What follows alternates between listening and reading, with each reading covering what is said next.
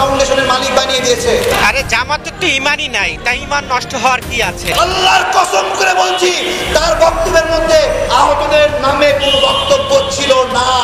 অভিমান করেছে উনি আজকে এই বন্দর এবং করিডোর দিতে না পাইরা যে পরিমাণ অভিমান কইরা পুরো দেশে নাড়া দিছে।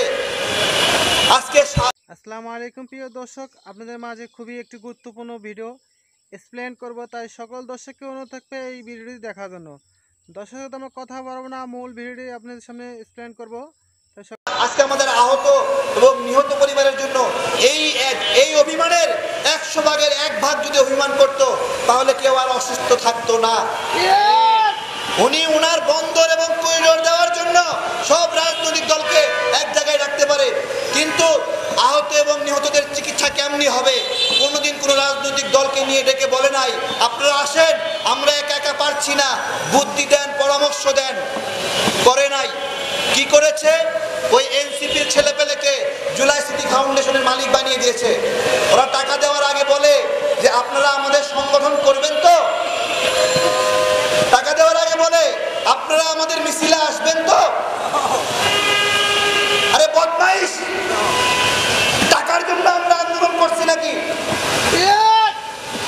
টাকার জন্য আন্দোলন করছি? কারো কোনো টাকা লাগবে না। যার চোখ হারাইছে এই লোকের চোখটা ফেরত দাও। কি এর টাকাটা কি করবি? টাকা 10 কোটি টাকা দেবো আমি, চোখ ফিরাই দে। দিতে পারবি? হ্যাঁ, জুলাই আহতদের জন্য কোনোদিন অভিমান হইল না, দাও ফিরাই চোখ। অভিমান দিয়ে একটা দিন আমার ভাগ্য হয়েছে 2বার ডক্টর ইউনূসের ডাকে মিটিংয়ে যাওয়ার। এই 2বারে হাজারো গল্প বলে, কথাটা শেষ হয় না, মোটিভেশনের পরে মোটিভেশন। ওই বক্তব্যের মধ্যে আল্লাহর কসম করে বলছি, তার বক্তব্যের মধ্যে আহতদের নামে কোনো বক্তব্য ছিল না। খালি একই কথা, আমরা তো নির্বাচন দেওয়ার জন্য ক্ষমতায় আসিনি, শুধুমাত্র একটা নির্বাচনের জন্য ক্ষমতা আসেনি। সারাক্ষণ এই ভ্যান্ডা ক্যাসেট বাজাবে, পুরা বক্তব্যের কোথাও আহতদের নিয়ে কোনো কথা নাই, নিহতদের পরিবারের জন্য কথা নাই।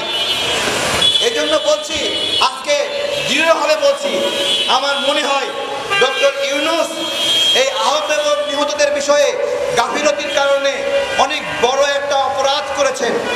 উনি ওনার দায়িত্বের যে আমানত ছিল, এই আমানতের খেয়ানত করেছেন।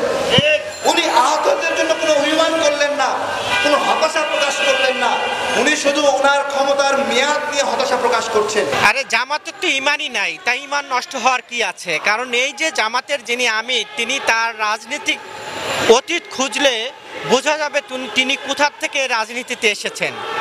অর্থাৎ ওই রাজনীতি যারা করে তারা আসলে তাল ঠিক রাখতে পারেন না। তিনি একটি বাম সংগঠনের সঙ্গে যুক্ত ছিলেন, জাসদের রাজনীতির সাথে যুক্ত ছিলেন। এই জাসদ তৎকালীন বাংলাদেশে কি তাণ্ডব করেছিলেন মরহুম শেখ মুজিবুরের সঙ্গে, এবং মরহুম শেখ মুজিবুর ও তাদের সঙ্গে কি তাণ্ডব করেছিল সেটা এদেশের মানুষ জানে, ইতিহাস জানে। কাজেই জামাতে ইসলামের আমিরের প্রতি আমি শ্রদ্ধা রাখি, সম্মান রেখে একজন রাজনৈতিক কর্মী হিসাবে আমি বলতে চাই, উনি যে তালমাতাল কথাবার্তা বলেন, বেসামাল কথাবার্তা বলেন, সকালে এক কথা বিকালে এক কথা, জনগণ তার কাছে জানতে চায় সুস্পষ্ট বার্তা যে জনগণের যে দাবি, সেই দাবির সাথে উনি একমত কিনা। উনি বলবেন ডিসেম্বর, জানুয়ারি, ফেব্রুয়ারি, এই দাবির সাথে জনগণ এক নয়।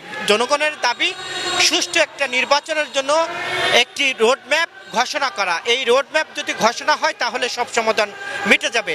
সবচেয়ে যেই ব্যাপারটি যে বাংলাদেশের রাজনীতির যেই সংকট তৈরি হয়েছে, এই সংকট একমাত্র আস্থার বিশ্বাস জায়গা দেশনেত্রী বেগম খালেদা জিয়া এবং তারেক রহমান।